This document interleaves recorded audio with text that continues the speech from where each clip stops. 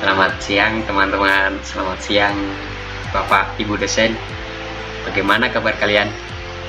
Semoga kita selalu diberikan kesehatan dan bahagia selalu. Amin.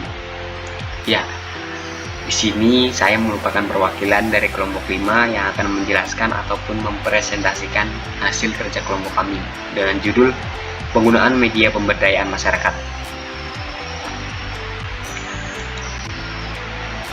Namun sebelum kita memasuki materi, alangkah baiknya kita memperkenalkan terlebih dahulu anggota kelompok 5, antara lain 1. Anissa Afriki Sabra. Yang kedua adalah Berlina Nurhayati. Yang ketiga saya sendiri, Hasan Ashari. Dan keempat, Syahriananda Anwar. Nah, media pemberdayaan masyarakat yang kita ketahui ada banyak sekali. Namun yang kali ini kita akan bahas antara lain adalah leaflet, brosur, poster, dan company profile. Sebelum masuk ke materi, apa sih media pemberdayaan masyarakat? Nah, menurut KBBI tahun 1995, pemberdayaan secara etimologis berasal dari kata daya, yang berarti kemampuan untuk melakukan sesuatu atau kemampuan bertindak.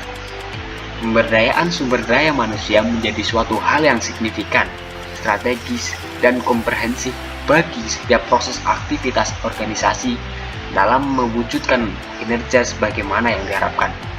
Kadarisman 2013. Langsung saja kita bahas materi yang pertama adalah leaflet. Leaflet adalah dokumen tak berkala penerbitannya yang berperan sebagai media atau saluran penyampaian pesan dan berisi informasi dengan berbagai cetakan dan layout yang menarik. Dan perlu teman-teman ketahui, sejarah leaflet itu muncul pada tahun 1439, di mana ketika ditemukan mesin cetak pertama oleh orang yang bernama Johannes Gutenberg. Dia adalah seorang pandai besi yang berkebangsaan Jerman. Dan teman-teman perlu ketahui bahwa penggunaan leaflet ini populer pada tahun 1950-an. Namun, sebelum itu, menurut sejarah yang saya baca, leaflet ini sudah digunakan dalam Perang Dunia sebagai alat atau media penyampaian kondisi perang dan juga propaganda yang ada. Nah, lalu untuk kegunaan leaflet sendiri antara lain sebagai alat informasi, sebagai penyebar informasi, lalu sebagai profil singkat dari suatu usaha, identitas perusahaan ataupun merek, dan juga alat promosi yang minim anggarannya. Mengapa minim? Karena perlu diketahui oleh teman-teman bahwa leaflet ini merupakan media cetak yang ukurannya kurang dari kertas folio ataupun A4. Nah, untuk kegunaan dalam bidang pertanian sendiri antara lain diberikan secara langsung kepada petani sebagai bahan bacaan dan juga diberikan pada penyuluh untuk bahan pendampingan. Selanjutnya adalah brosur. Brosur adalah alat yang mempublikasi secara resmi dari sebuah perusahaan yang akan mempunyai cetakan ataupun bentuk cetakan. Yang terdapat di dalamnya adalah berbagai informasi tentang sebuah produk, layanan, jasa ataupun program dari sebuah perusahaan tersebut. Dan perlu teman-teman ketahui juga, brosur ini memiliki sejarah, di mana brosur ini muncul pada zaman imperialisme intelijensi, yaitu sekitar pada tahun 1648 sampai 1850-an. Dan tercatat bahwa negara Inggris adalah negara pertama yang mulai menggunakan media cetak dalam penyampaian informasinya, yaitu berupa brosur ini. Dan brosur ini masuk ke Indonesia pada tahun 1870-an dan awal mula ke Indonesia itu dibawa oleh perusahaan Belanda yang ada di Indonesia. Brosur ini mulai berkembang pesat pada era tahun 1930 sampai 1942.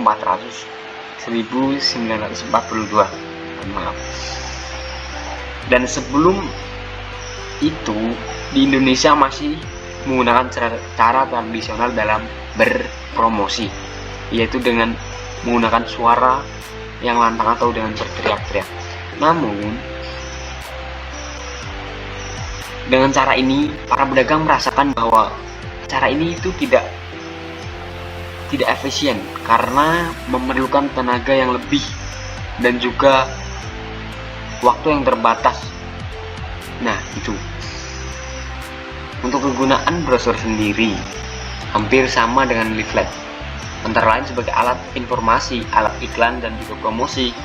Dan desain dari sebuah brosur yang baik memungkinkan dapat mempertahankan sebuah kriteria dari suatu perusahaan ataupun sebagai identitas atau identifikasi dari sebuah perusahaan tersebut.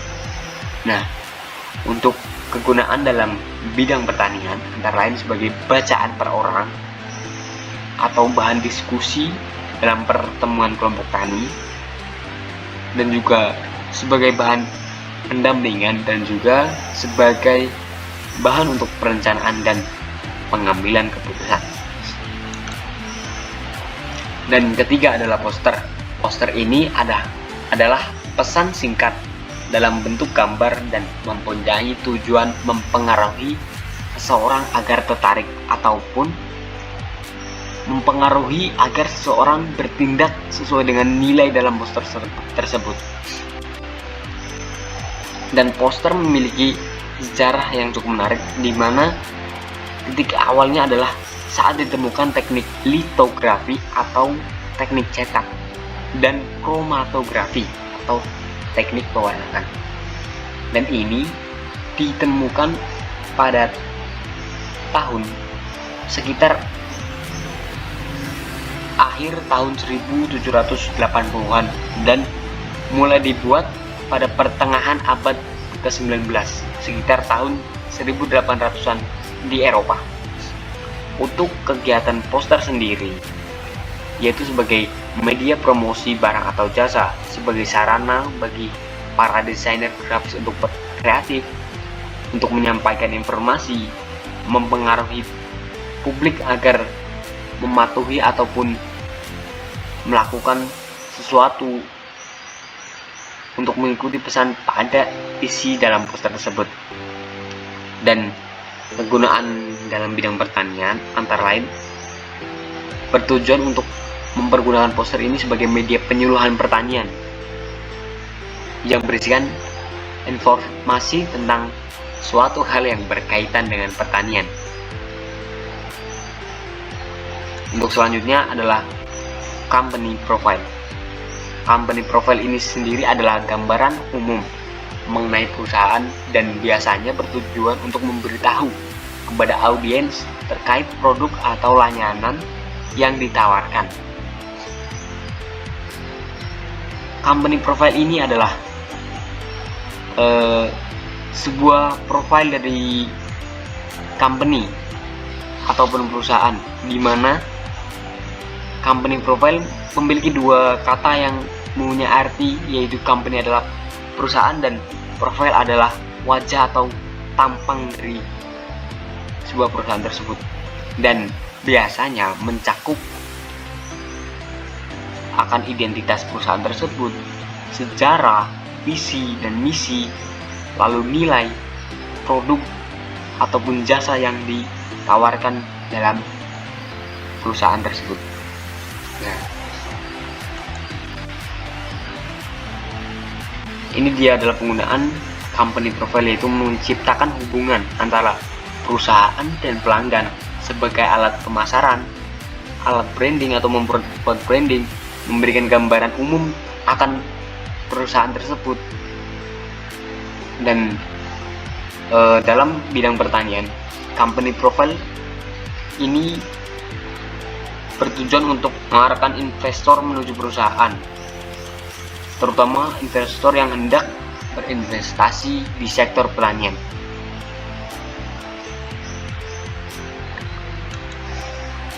Nah, adapun aplikasi penunjang dalam pembuatan media-media penyampaian ataupun media pemberdayaan masyarakat antara lain adalah PowerPoint.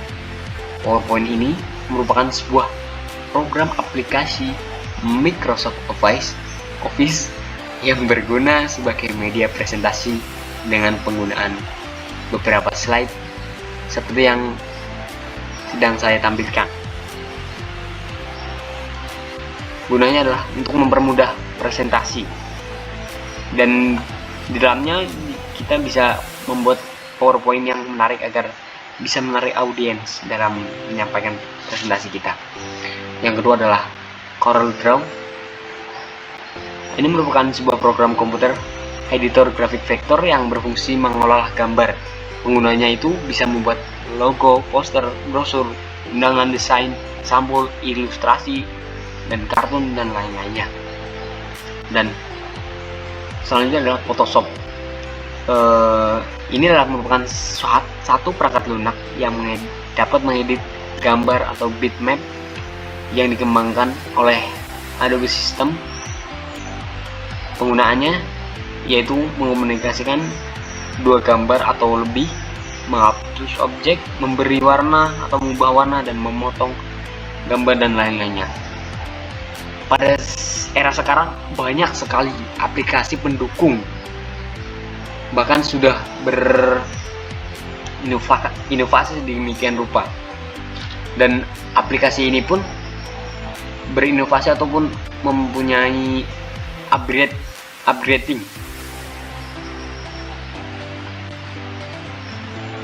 Nah, mulai dari aplikasi ini memiliki dari zaman sekarang sudah upgrade diri, lebih canggih lagi.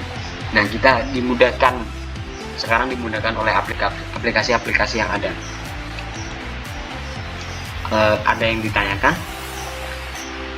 Mudah-mudahan presentasi yang saya berikan dapat dicerna dengan mudah, dan bila ada tutur kata yang mungkin tidak berkenan di hati teman-teman dan ibu bapak dosen, mohon maaf yang sebesar-besarnya. Oke, terima kasih.